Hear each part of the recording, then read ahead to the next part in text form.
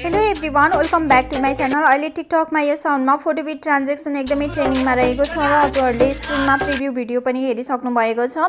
So आज म हजुरहरूलाई यस्तो टाइपको भिडियो कसरी बनाउने सम्पूर्ण जानकारी लिएर आइरहेको छु। सो भिडियोलाई बिचमा स्किप नगरिकन अन्तिमसम्म हेरिदिनु होला।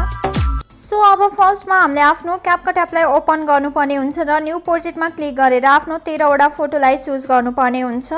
सो यदि हजुरहरूसँग क्यापकट एप छैन भने हजुरहरूले प्ले स्टोरबाट सजिलैसँग इन्स्टल गर्न सक्नुहुनेछ। र अब चाहिँ हामीले आफ्नो भिडियोको फर्मेटलाई चेन्ज गर्नुपर्ने हुन्छ। सो तलपट्टि रहेको अप्सनहरुमा राइट साइडमा स्क्रल गर्ने, फर्मेटमा क्लिक गर्ने र 16:9 को रेशियोलाई चुज गर्ने।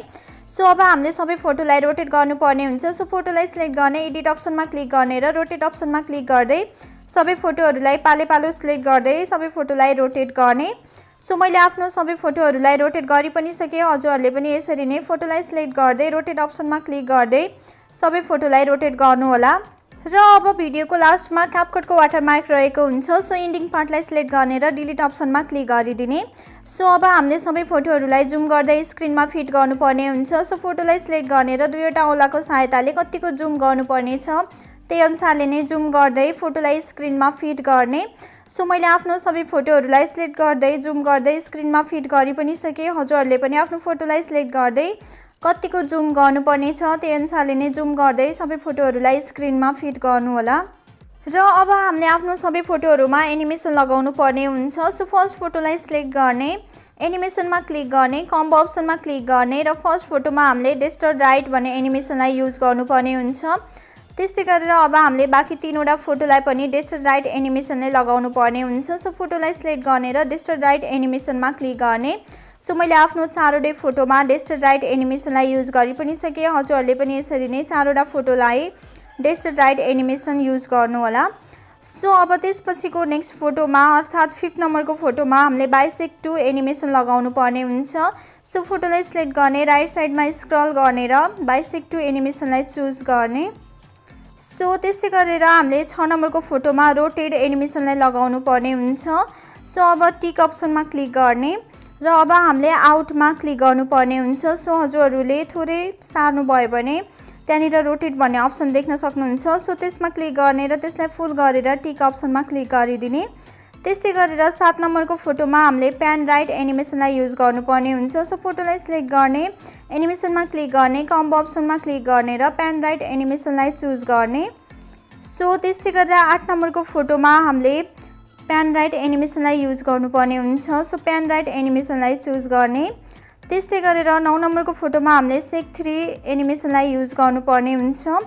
सो अब हजुरहरूले सेक 3 एनिमेसन लगाउनको लागि टिक अप्सनमा क्लिक गर्ने र अब हजुरहरूले इनमा क्लिक गर्नुपर्ने हुन्छ। सो यसरी इनमा क्लिक गरिसकेपछि हजुरहरूले थर्डमा सेक 3 एनिमेसन देख्न सक्नुहुन्छ। सो त्यसलाई फुल गर्ने र टिक अप्सनमा क्लिक गरिदिने।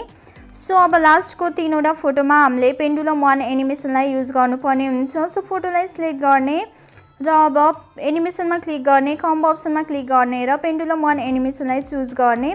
सो मैले आफ्नो लास्टको 3 वटै फोटोमा पेन्डुलम 1 एनिमेसनलाई युज गरि पनि सके। हजुरहरूले पनि यसरी नै पेन्डुलम 1 एनिमेसनलाई युज गर्नु होला।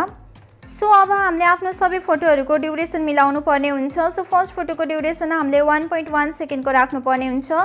त्यस्तै गरेर सेकेन्ड फोटोको ड्युरेसन हामीले 1 सेकेन्डको राख्नुपर्ने हुन्छ। थर्ड फोटोको ड्युरेसन हामीले 1.1 सेकेन्डको राख्नुपर्ने हुन्छ। फोर्थ नम्बरको फोटोको ड्युरेसन हामीले 1.1 सेकेन्डको राख्नुपर्ने हुन्छ। 5th नम्बरको फोटोको ड्युरेसन हामीले 7.7 सेकेन्डको राख्नुपर्ने हुन्छ। 6 नम्बरको फोटोको ड्युरेसन हामीले 1 सेकेन्डको राख्नुपर्ने हुन्छ। 7 नम्बरको फोटोको ड्युरेसन हामीले 0.5 सेकेन्डको राख्नुपर्ने हुन्छ। 8 नम्बरको फोटोको ड्युरेसन हामीले 0.4 सेकेन्डको राख्नुपर्ने हुन्छ। 9 नम्बरको फोटोको ड्युरेसन हामीले 1.1 सेकेन्डको राख्नुपर्ने हुन्छ।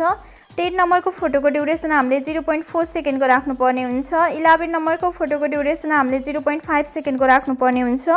12 नम्बरको फोटोको ड्युरेसन हामीले 0.4 सेकेन्डको राख्नुपर्ने हुन्छ र लास्टको फोटोको ड्युरेसन हामीले 0.9 सेकेन्डको राख्नुपर्ने हुन्छ। सो हजुरहरूले फोटोको ड्युरेसन स्क्रिनमा पनि देख्न सक्नुहुनेछ। सो हजुरहरूले स्क्रिनमा हेरेर पनि आफ्नो फोटोको ड्युरेसनहरू मिलाएर राख्न सक्नुहुनेछ। सो अब हामीले आफ्नो भिडियोमा इफेक्टलाई युज गर्नुपर्ने हुन्छ। सो भिडियोको स्टार्टिङ पोइन्टमा आउने, इफेक्टमा क्लिक गर्ने, भिडियो इफेक्टमा क्लिक गर्ने। सो हजुरहरूले यहाँनिर थुप्रै इफेक्टहरू देख्न सक्नुहुनेछ। सो माथिपट्टि रहेको मोड अप्सनमा क्लिक गर्ने र तलपट्टि स्क्रल डाउन गर्नुभयो भने त्यहाँनिर थर्ड नम्बरको सेकेन्डमा मिडियर भन्ने इफेक्ट रहेको छ। सो त्यसमा क्लिक गर्ने र टिक अप्सनमा क्लिक गरिदिने र अब यसको ड्युरेसन हामीले फर्स्ट फोटोको ड्युरेसन जति छ त्यतिमै मिलाउने र कपी गर्दै फुल भिडियोमा नै यो इफेक्टलाई युज गर्नुपर्ने हुन्छ। सो हजुरहरूले फोटोको ड्युरेसन जति छ त्यतिमै मिलाउँदै कपी गर्दै फुल भिडियोमा नै यो इफेक्टलाई युज गर्नुपर्ने हुन्छ। सो मैले आफ्नो सबै फोटोहरूको ड्युरेसनसँग मिलाउँदै यो इफेक्टलाई युज गरि पनि सकेँ। हजुरहरूले पनि यसरी नै फोटोको ड्युरेसनलाई मिलाउँदै फुल भिडियोमा नै यो इफेक्टलाई युज गर्नु होला। सो अब थर्ड फोटोको स्टार्टिङ पोइन्टमा आउने भिडियो इफेक्टमा क्लिक गर्ने र अब हामीले बेसिक अप्सनमा क्लिक गर्नुपर्ने हुन्छ र तलपट्टि स्क्रल डाउन गर्नुभयो भने त्यहाँनिर सेक भन्ने इफेक्ट देख्न सक्नुहुन्छ। सो त्यसमा क्लिक गर्ने र टिक अप्सनमा क्लिक गरिदिने।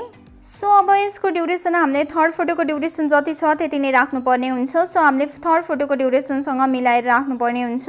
सो अब फिफ्थ नम्बरको फोटोको स्टार्टिङ पोइन्टमा आउने भिडियो इफेक्टमा क्लिक गर्ने र अब हामीले फेरि यसमा पनि सेक इफेक्टलाई नै युज गर्नुपर्ने हुन्छ। सो सेक इफेक्टमा क्लिक गर्ने र टिक अप्सनमा क्लिक गर्ने।